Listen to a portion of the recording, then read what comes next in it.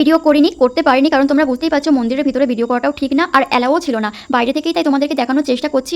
অবশ্য আমি শিবলিঙ্গটা তোমাদেরকে দেখাতে পাচ্ছি না, তারপর আমি বাইরের দিক থেকে এই শিবলিঙ্গটা তোমাদেরকে দেখাচ্ছি। এরকম শিবলিঙ্গ কিন্তু সাইডে অনেকগুলো করা রয়েছে। যারা ওই ভিতরে জল ঢালতে পারছে না বা ভালোভাবে অঞ্জলি দিতে পারছে না, তারা বাইরে বসে খুব ভালো করে পুজো দিচ্ছে। তার জন্য কিন্তু এইগুলো করা। মেন শিবলিঙ্গটা তোমাদেরকে আমি দেখাতে পারিনি, কিন্তু খুব ভালো করে আমি পুজো দিয়েছি। তারপর তোমাদেরকে সাইডগুলো ঘুরে দেখানোর চেষ্টা করছি। আর এই যে দেখছো এই যজ্ঞটা, এই যজ্ঞের আগুনটা আর কি, এটা নাকি কোনো সময় নেভে না, এটা সবসময় নাকি জ্বলতেই থাকে। আমি ঠিক এখানটা বুঝতে পারলাম না কি কারণ বা কিসের জন্য, খুব একটা ভালো করে জানি না, তাই তোমাদেরকেও খুব একটা ভালো করে বলতে পারলাম না। যাই হোক, কিছু একটা হবে।